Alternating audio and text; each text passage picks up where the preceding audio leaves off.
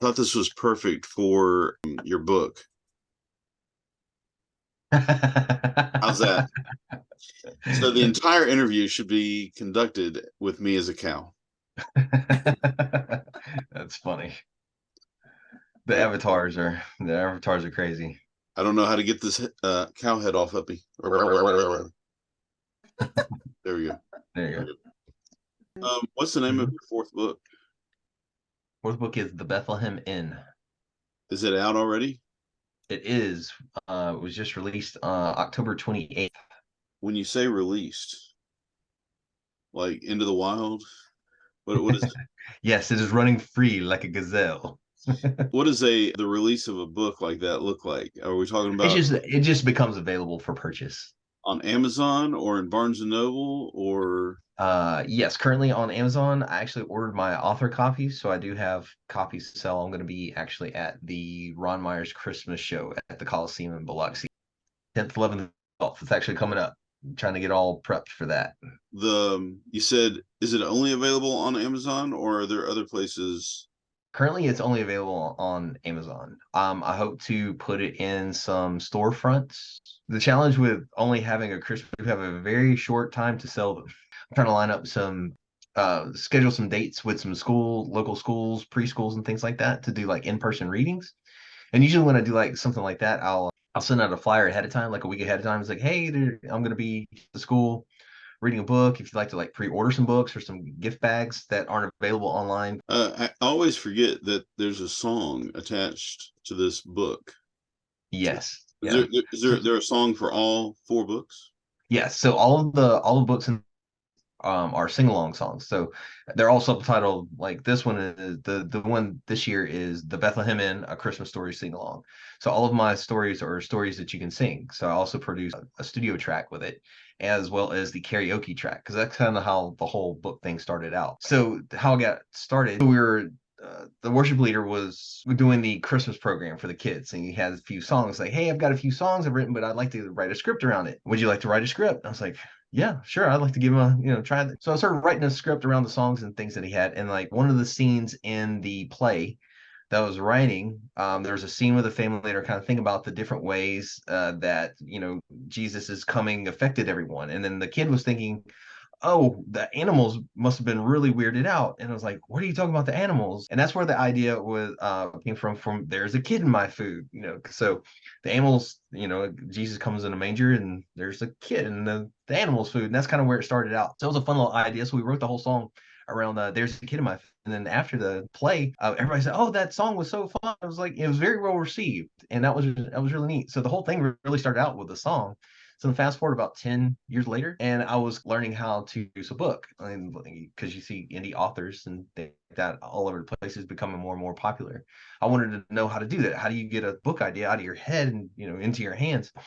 So I was thinking about stuff that I've written in the past. I was like, you know what? There's a kid in my food. Everybody really like that. That would be a fun one to do. So long story short, I ended up finding Colette. I reached out to her. Actually, it was an instant message. I was like, "Hey, I got this book. Would you mind? Would you consider working on art? And I think you'd be a good fit." Colette was like, "Sure."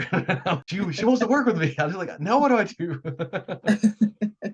No, but Colette's been a lifesaver. She's been great to work with on the whole Oh, project. thank you. Can you tell that story from your end, Colette? Yeah, Like, sure. like, like, I got a message from Adam. I think it was like during COVID, actually, like 2020. Yeah. Well, I think it was like the beginning of early 2020. On that one, as we were just kind of going into lockdown, and say it was a really interesting period because obviously you had the pandemic going on the outside, and then in the inside I started getting a lot of requests from authors that they wanted to for me to illustrate books for them, and I was like, oh, the whole world's going to shut down, and then suddenly I get one of the authors. It was Adam. So this was at beginning of 2020. So I got a message saying he introduced himself. He's got this story written. Would I be interested in illustrating it? And I read the story and I thought it'd be really fascinating. And also a challenge for me because, you know, we sort of did a few like Zoom calls and we were talking over email. And the one thing that really attracted me about Adam's work is how he wanted to incorporate his own personality and humor into the story. And that's right. And so the challenge for me was, I do have a sense of humor and I really like incorporating humor into my own illustration work, but this was more in a kind of cartoony style. So that was quite a challenge for me, even to this day, is trying to like exaggerate the characters and how can I, draw them to like express those emotions and feelings and that kind of exaggeration as well, to really bring out the storyline, but also the characters. So I agreed to do the first one, which they are Killing My Food. I think it was like towards the end of the year, like, oh, I'm written another one, would you be interested in, you know, illustrating the next one? And so it's all the story goes, and then here we are 3 years later, and what, 3 books now? 4 books. 4 books now, yeah. Was this your first book to illustrate, or had you done several before? Yes, I'd done several other before. So I'd done another book previously for a lady based in Bermuda, actually, on that one. So that was really fun to do. And then I'd illustrated a few others as well, but not really with large publishing. Tend to be more with self-publishers, self-published authors. Or all the books that you've illustrated are listed on your website, probably? Yeah. So I've got them all listed on my website, yeah. If I were to buy a book, how do I make the music play? Is it a CD? So there's multiple ways we can do that. For in the gift bags, there's a CD that you can get all 4 of those studio tracks with the karaoke tracks and things like that. So that's a good way to do it. But this modern day and age, basically everything is streamed. So all of my songs you can basically find on your favorite streaming service, Spotify or Amazon Music or Apple Music or anything like that. You can look them up on there and stream it. You can actually link to kidinmyfood.com for more links. So if you go to kidinmyfood.com, you can click on whichever book that you want to read or listen to and click the corresponding link, and it'll take you to some places where you can listen to the song or order the book if you want. I have a special request. What you got? I don't know if you remember, but when this first started happening, it wasn't a CD in the back of the book or streaming services. It was a record. Yeah, the little square record that you can cut out of the book. Yeah, right. They were square sometimes. Yeah, so I want one of those. Can I get mine on a record? Yeah, vinyl's making a comeback, right? You know, Yeah, I don't know if I can find a printer that will actually print a record and put it in the back of the book. Well, you've got time to look. Yeah, that might be like a $50 add-on or something. How did you become interested in illustrating children's books? And was it always children's books, or was there something else before children's books? Mm-hmm. So yeah, I became interested in illustrating children's books. So actually going back before that, so I was really interested in animation, so traditional 2D animation. So yeah, you know, when you grow up, you watch a lot of animated films and series and what have you. So I was really interested in actually animation as an art form. So that's when I decided to get a degree in animation on that one at university. And then when I finished university, I tried to get a job in the animation field in the UK, but it was extremely hard. Where'd you go to university at? It's the Arts Institute at Bournemouth, and they specialized in animation. You said you were interested in sort of animation before. What were the actual inspirations? You know, was it Bugs Bunny, Mickey Mouse? Yeah, I don't know, Winnie the Pooh. It was a bit of everything, to be honest with you, from like, you know, mainstream animation, you know, Disney and Pixar, to, you know, all the way to, you know, we're talking very traditional English animation. So it was a variety of art forms on that one, but I was really interested in the style and also the storytelling. You can convey a story through a moving picture. Just found it really fascinating. Like, oh, you can make a picture move just by drawing it several hundred times. Did you do a lot of those where you have to draw them over and over and over again, and like flip books? So it was a 3-year course, and in our 3rd year we actually got to make our own animated short, so that was really exciting. So I did make my own animated short, which was really, it was really interesting. So I was kind of the director, as it were, and we had to pitch. So in our 2nd year we had to pitch a story that we wanted to make into our own animated short, and not every story got selected. One of the lucky ones, and my story did get selected to, you know, get produced third year. Yeah, so I was really at that point I was really interested in mixed media and how I can combine mixed media into animation. So it was a very mixture of, because we did the story was about it was almost like a little bit of a romantic kind of story about this girl who goes to Venice, and it's during the carnival season, and she sees this masked guy go after him, but then, oh, is it just a dream or is it just reality kind of thing? So it was a really interesting and fun experience. And a little bit of like cell animation, which is a very traditional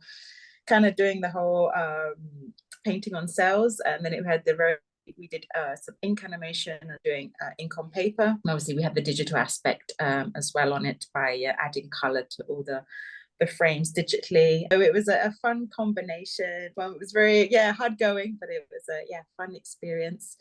So then it was from really there, once I obviously graduated, and I was quite lucky that my film was screened at the British Film Institute in London, and it was also screened in one of the animation festivals in Latvia as well.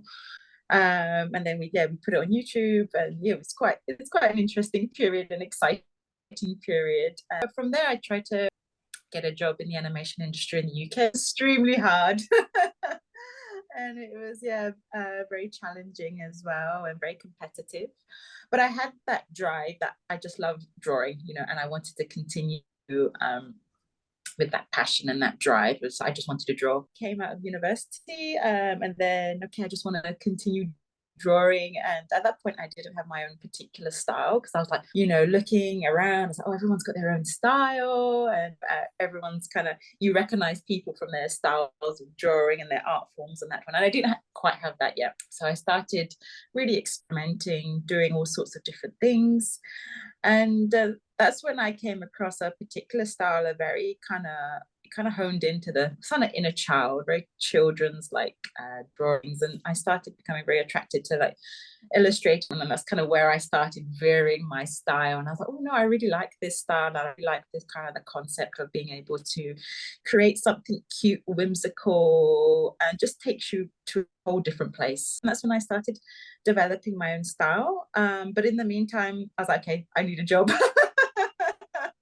I need to, like, you know, keep myself afloat. So I was still in the background building my own portfolio, but I was working in the meantime full time. So I still wanted to remain in the arts industry. So even though I couldn't get a job in the animation field, I knew I still wanted to be in the so I managed to get a job just at a local theatre cinema, just as a box office assistant, you know, so nothing glamorous, but it was great because I was watching, you know, loads of films and loads of like theatre shows as well.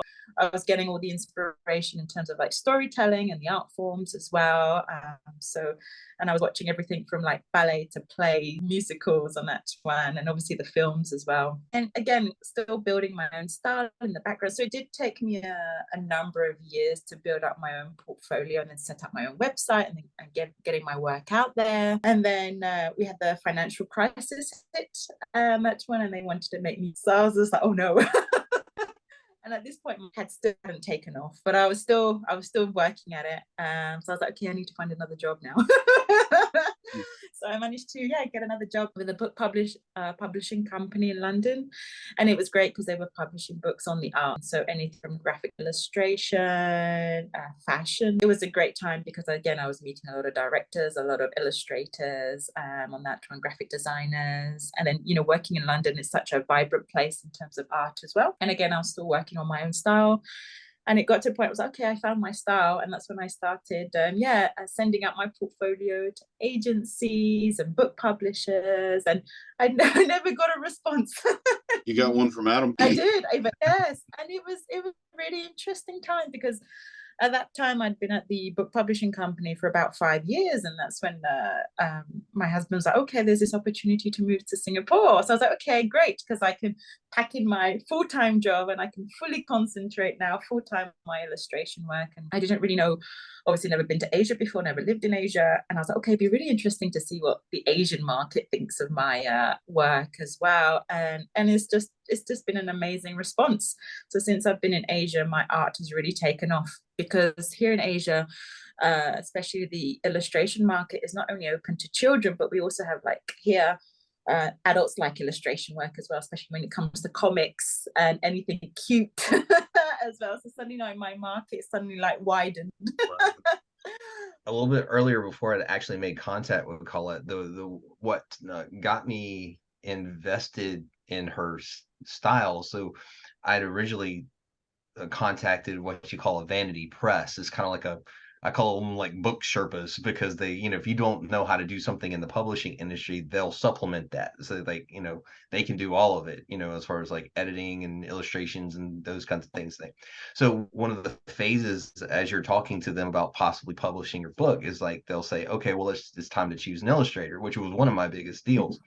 And they send you to the website, and it's basically a menu of artists, and illustrators, and they put a sample of their work in front of you. It's okay, well, look through these and see what styles you think would, fit. And I went through, and there's also, there's all sorts of different styles, and styles that I don't even know how to really intelligently comment on.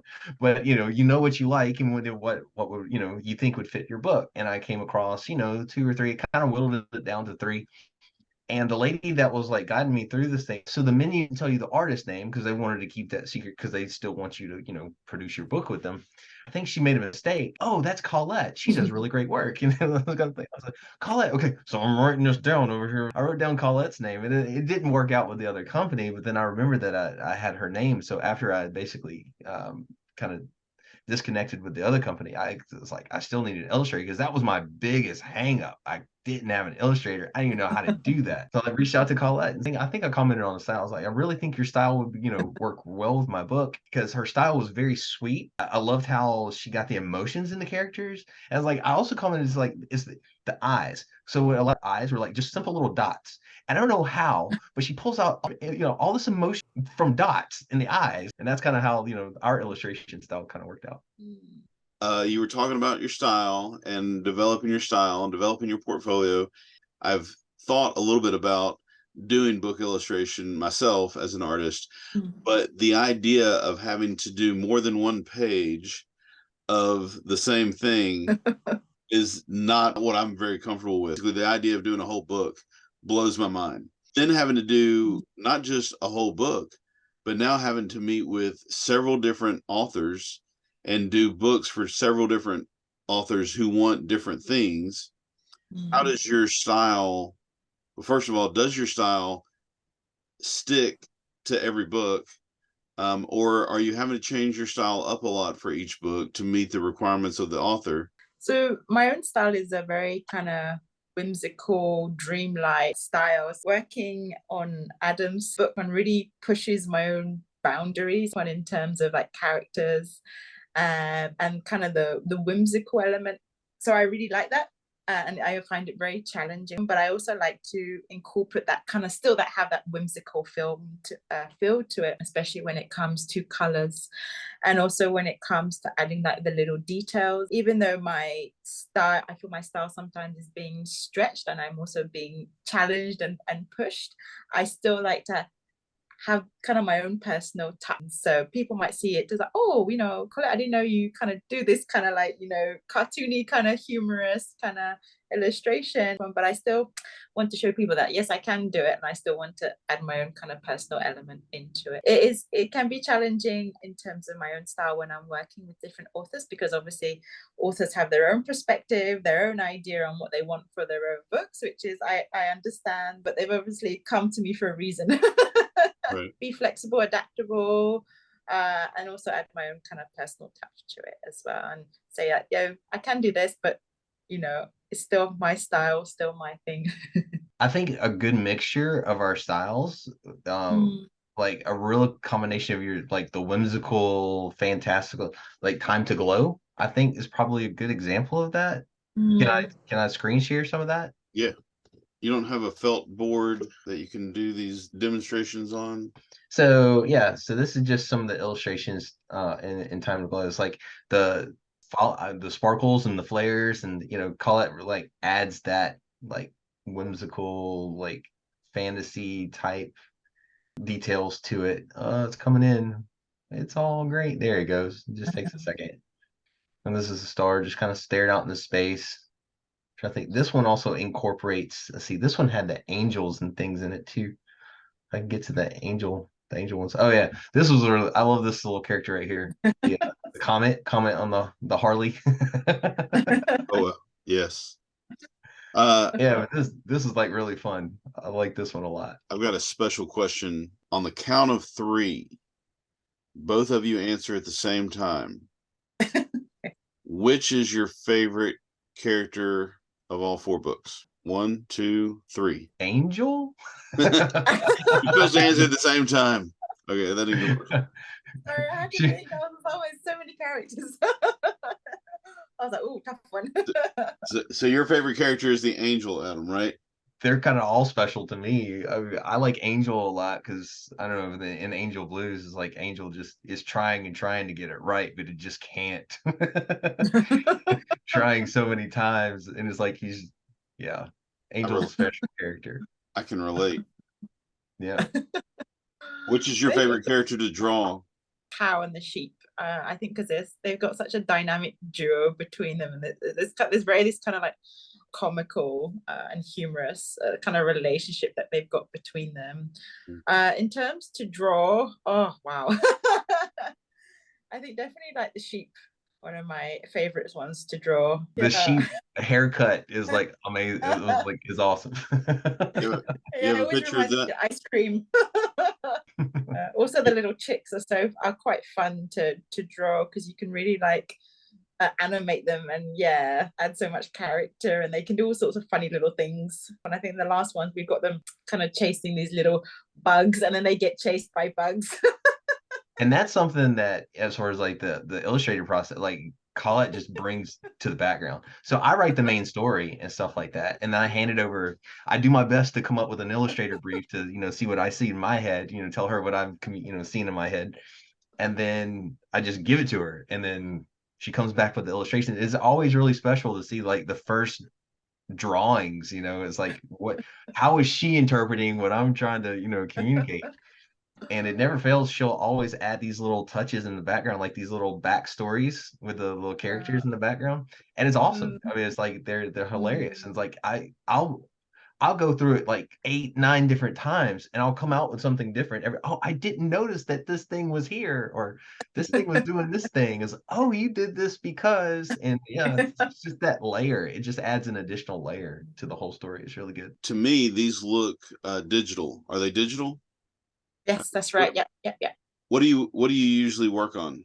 What technology and software? So iPad, Procreate. So all the illustrations are done in Procreate on the iPad, and then once they're finished on Procreate, I then move them onto Photoshop onto my laptop, and then just do any editing in Photoshop from there, and then obviously like save the final files from Photoshop. Yeah. Do any of the ideas start out in a traditional sketchbook or on a traditional paper and pencil?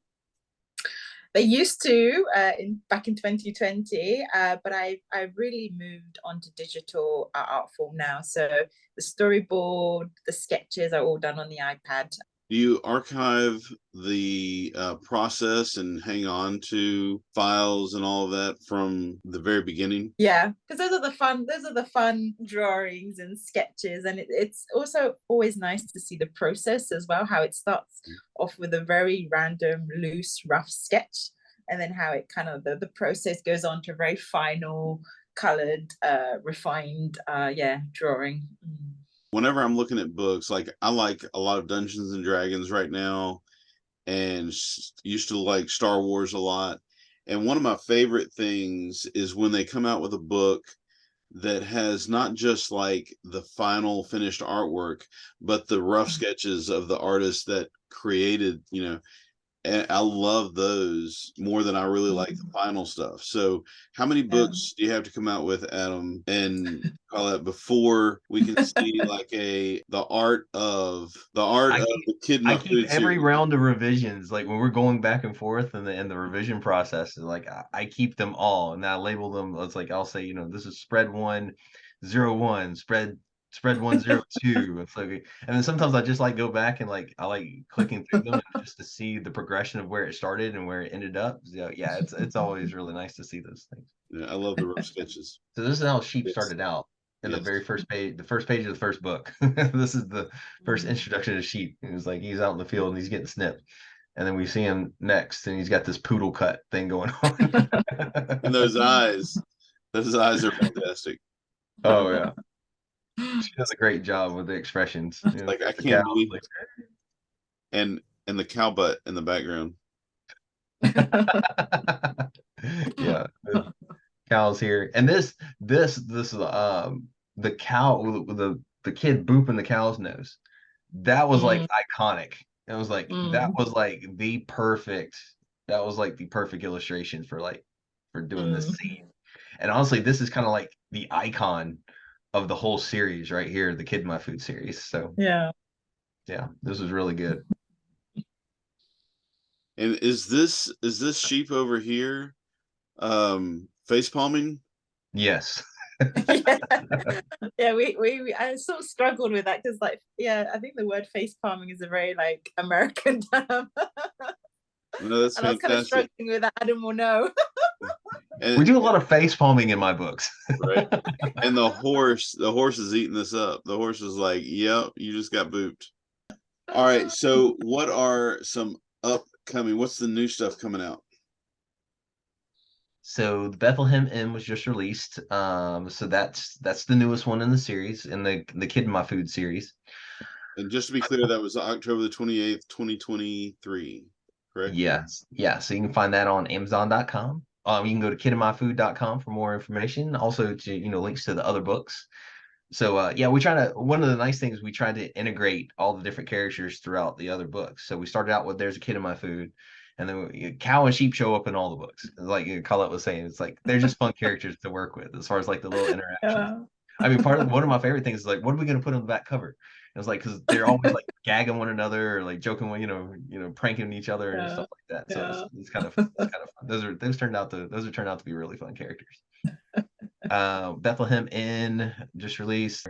I think I have an idea for next year's book. I think it's a shepherd. Did I tell you? I don't even call it. Did I even tell you? Did I tell you about this? The shepherd? No.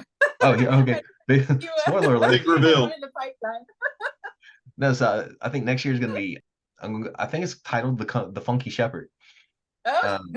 So it'll be the shepherd book. That's why I wanted to pay so much attention to the shepherd and the smell coming in through the window.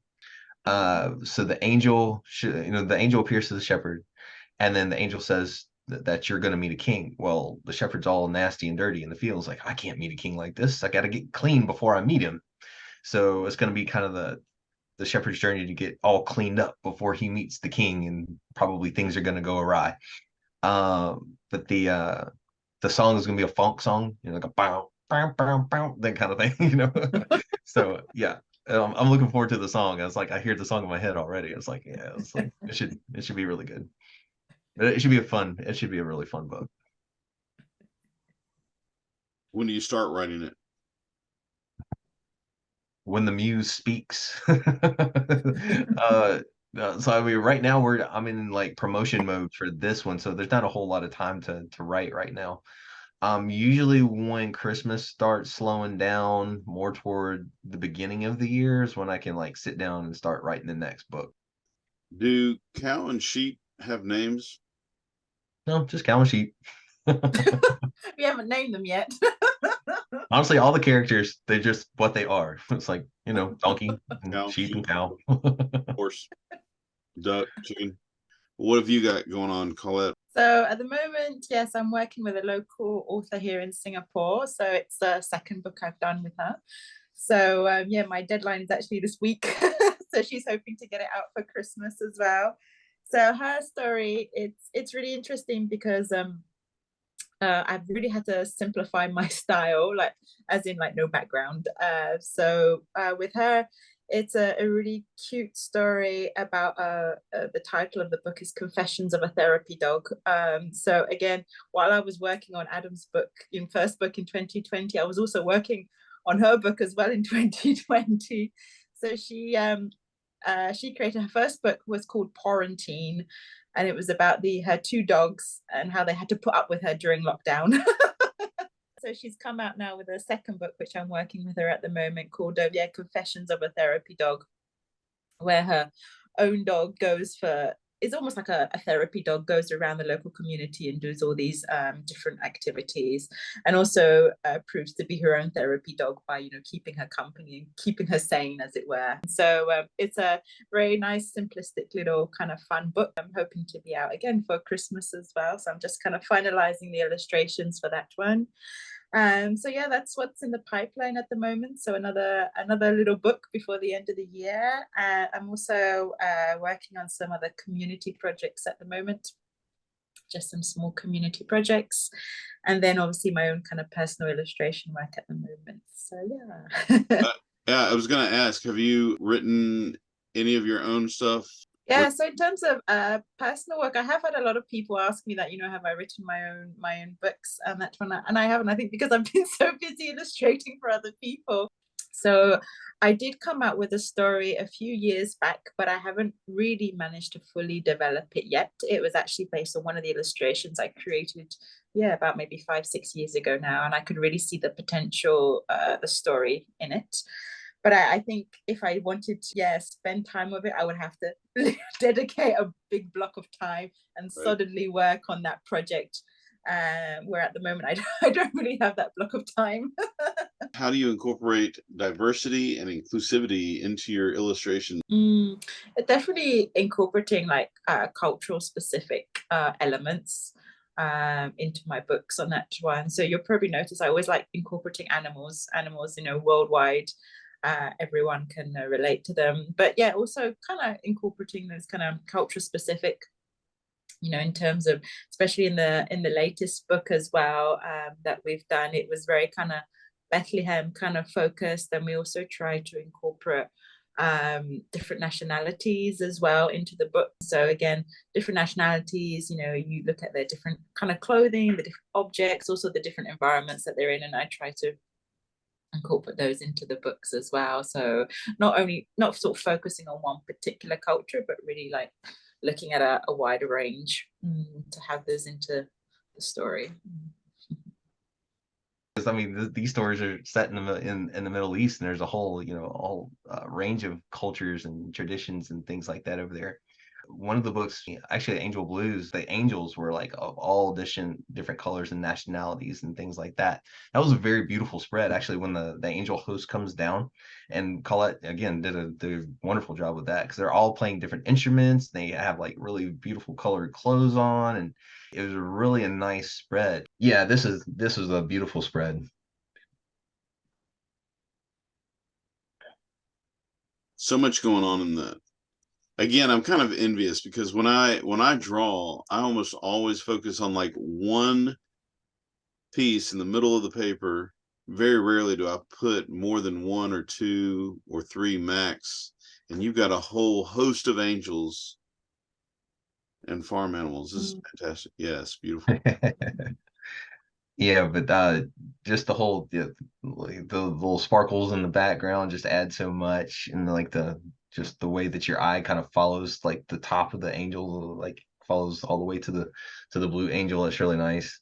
One of the inspirations for the colors and the angel like outfits is like in the scripture, it describes there's the foundation of heaven, and there's like 12 different colored stones. So I was like looking up all the different color stones, like, hey, I'd like the angels to have these color stones, just inspiration. So there's just adds a little, that's not even mentioned in the book at all, but it's just like a little extra added depth to that. Yeah, that was inspired to do their outfits of the color. Yeah. What's your favorite reaction ever? I think a few actually. I think what I find it really interesting with my work is that even if you don't speak the same language, so for example, when I was in Korea, obviously I speak a little bit of Korean, but not enough to to string a sentence together. And what I found really fascinating, so I was taking part in exhibition and art markets when I was in Seoul. And even though we didn't speak the same language, I mean, there are Koreans that do speak English, but sometimes it tends to be a little bit of English that they speak.